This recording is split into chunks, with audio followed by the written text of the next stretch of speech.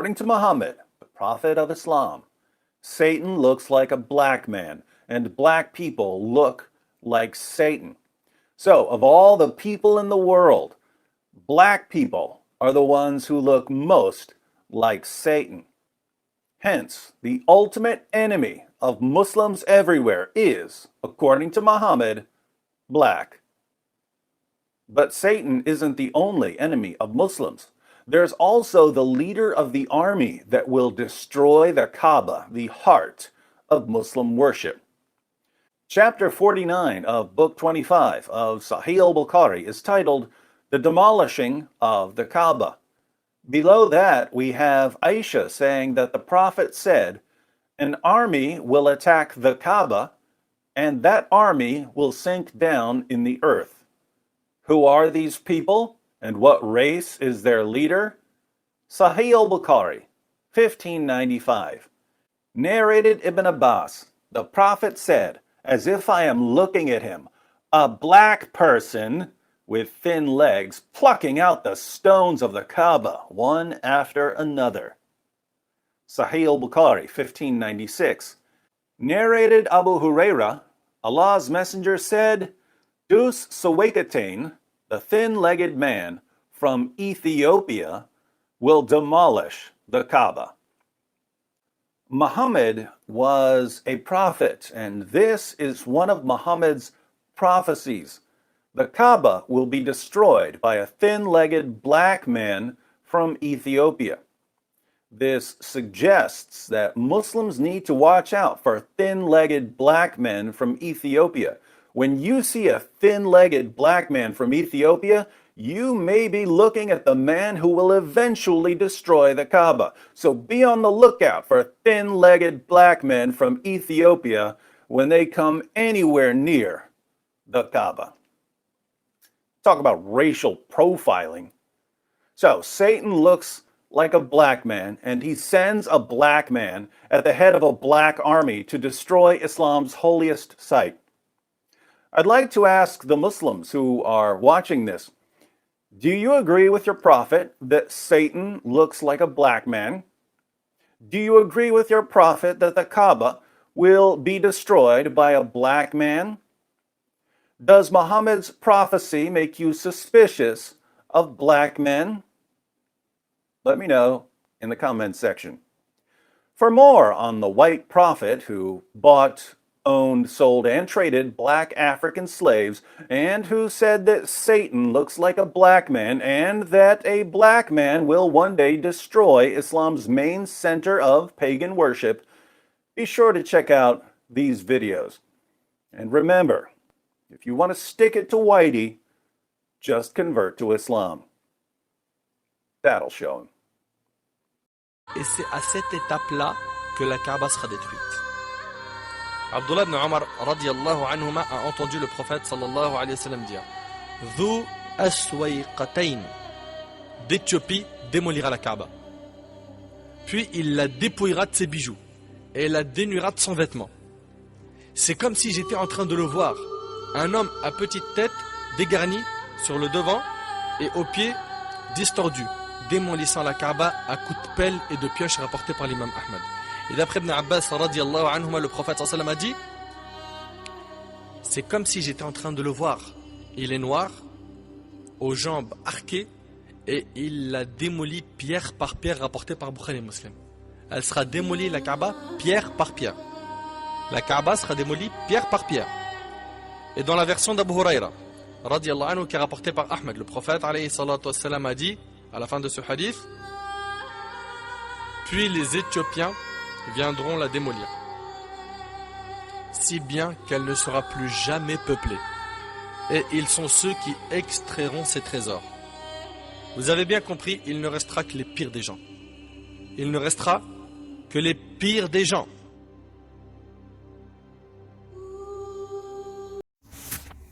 Il faut savoir le pourquoi. Pourquoi les hadiths ont dit que ce sera un noir d'Éthiopie qui détruira la Kaaba pierre par pierre. Ce même noir est le descendant du Négus d'Abyssinie. Qui est le Négus d'Abyssinie? le Négus d'Abyssinie, est la personne noire qui a protégé le Rassoul Muhammad contre les Arabes païens. Et ces mêmes hadiths ont été écrits par ces descendants d'Arabes qui poursuivaient Muhammad. Tout comme le Mahdi sera là, sera aussi le descendant. Toutes ces histoires ne sont que le résultat de leurs ancêtres. De la même façon que les Saoudiens, les Arabes païens qui refont la même chose en ce temps 2022. Ils reproduisent tout simplement ce que leurs ancêtres au temps pré-islamique faisaient. La puterie, la bordellerie, Sodome, Gomorre, le luxe à 1757 km de la Kaaba. Pensez que la Kaaba peut rester là, autour des mécréants qui viennent et qui se battent lors des pèlerinages. Allah va tout enlever. Et il va utiliser ce noir pour casser. Car en ce temps, il n'y aura plus de vrais musulmans. Pour les musulmans de l'époque, l'Éthiopie était synonyme de refuge contre la persécution. Au cours des premières années de l'islam, les musulmans furent persécutés et torturés par les grandes familles dirigeantes de la Mecque, comme vous le savez. Il y eut même des nouveaux cas musulmans maltraités par les membres de leur propre famille. Parmi les nouveaux convertis, il y avait de nombreuses personnes pauvres et faibles qui étaient incapables de composer avec la douleur et la faim qui leur étaient imposées. Pour les protéger, elles et leur nouvelle foi, le prophète Mohammed sallallahu alayhi wa sallam envoya environ 80 d'entre elles, incluant l'une de ses propres filles en Éthiopie. Cet événement est connu dans l'histoire de l'islam comme la première hijra. Le roi d'Éthiopie, connu sous le nom de Négus, est probablement l'un des derniers dirigeants du royaume d'Aksum. Était connu comme un homme juste et honnête. C'était un chrétien qui avait des convictions religieuses très profondes. Le prophète Mohammed sallallahu alayhi wa sallam croyait que ses fidèles seraient bien traités s'ils émigraient dans ce pays à majorité chrétienne, qui suivait une religion qui était scripturaire dont le prophète était Jésus, fils de Marie. Les musulmans partirent donc pour ce long périple hasardeux, amenant avec eux une lettre de recommandation pour leur roi. Voici ci-dessous une traduction de cette lettre. Au nom d'Allah, le tout clément, le très miséricordieux. Ceci est une lettre de la part de Mohammed, le messager de Dieu, à Négus el-Hacham, roi d'Abyssinie. Que la paix soit sur vous et loué soit Allah. J'atteste que Jésus, fils de Marie, est le serviteur d'Allah. Il fut créé par le commandement d'Allah et Marie, la bonne et pure Sainte Vierge, conçut Jésus. Comme Allah a créé Adam, il a créé Jésus. Je vous invite à adorer Allah, l'unique qui n'a aucun associé, et à lui obéir. Et je vous invite à me suivre et à croire à ce qui m'a été révélé, car je suis le messager d'Allah. Je vous envoie mon cousin Ja'far accompagné d'un groupe de musulmans, et je vous demande de les recevoir et de prendre soin d'eux. Que la paix soit sur tous ceux qui suivent la bonne voie.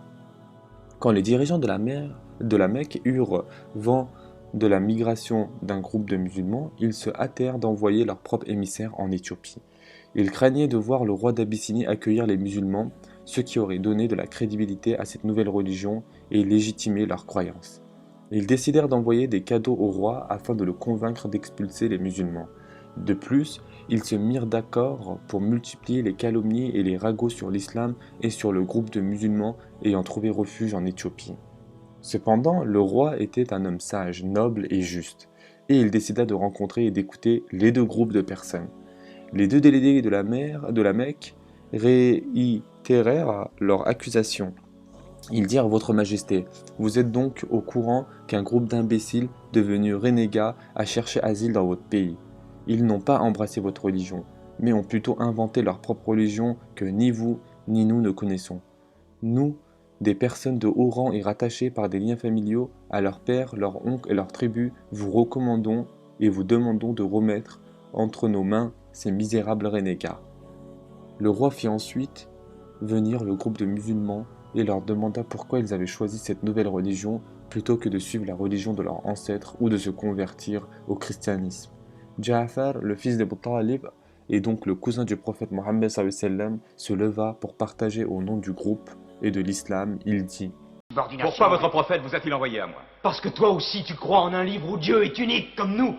Il nous a envoyés parce qu'au fond de ton cœur, ton Dieu nous protégera tous. Parler avec ces hommes, c'est puiser l'eau d'un mirage. Mais maintenant, leurs paroles me créent un devoir de les écouter, mon ami.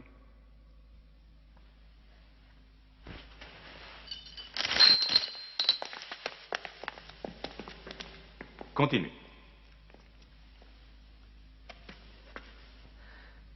Pendant des années, nous nous sommes prosternés devant du bois et de la terre, des images nées de notre propre fabrication. Nous avons vécu dans l'ignorance de Dieu. Nous obéissions à des lois terrestres et non à des lois divines. Le riche ignore le pauvre. Et la bonté naturelle de l'homme, qui le pousse à relever son prochain quand il vient à tomber, est considérée par eux comme un geste qui trouble l'ordre social. À cause de cette inhumanité est apparu un homme que Dieu a choisi.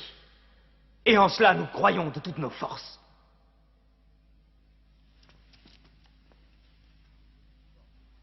Tu t'emportes. Je te prie de reprendre tes esprits. Je parle du messager de Dieu. Mahomet nous enseigne d'adorer un Dieu unique, d'exprimer la vérité. Dieu nous a déjà parlé par le passé, en s'adressant à Abraham, à Noé, à Moïse et à Jésus-Christ. Pourquoi être surpris quand Dieu s'adresse à nous par l'intermédiaire de Mahomet? Qui t'a appris ces noms? Ils sont tous mentionnés dans le Coran. Les paroles du Christ et les paroles de Mahomet sont semblables aux deux rayons d'une même lampe. Il te mente. Il renie le Christ. Toi-même, tu adores trois dieux, dit-on, le Père, le Fils et le Saint-Esprit. Qu'as-tu à dire du Christ? Ils disent que Dieu ne peut avoir de fils. Le Christ n'est pas le Fils de Dieu. Parle-moi du Christ. Eh bien, nous disons du Christ ce que le prophète nous a enseigné. Dieu a insufflé le Saint-Esprit dans le ventre d'une vierge appelée Marie qui a conçu le Christ, l'apôtre de Dieu. L'apôtre, tu as entendu, et pas le Fils. Et ton miracle, ton Coran, qu'est-ce qu'il dit de la naissance de notre Seigneur Jésus-Christ? Je peux citer les paroles? Approche-toi.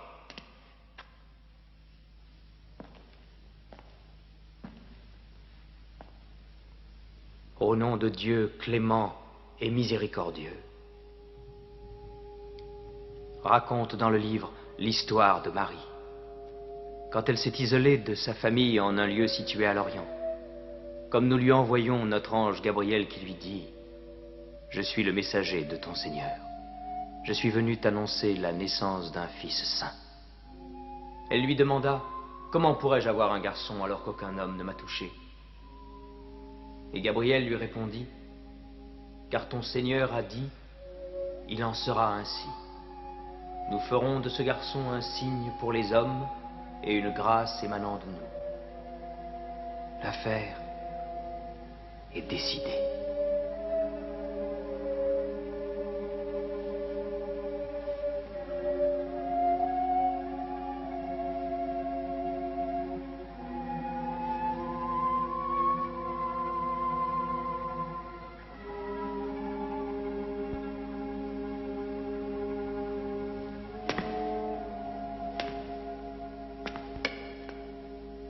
Finalement, la différence entre nous et vous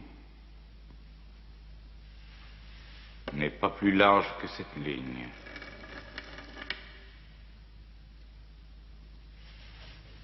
Contre une montagne d'or, je ne te les livrerai pas.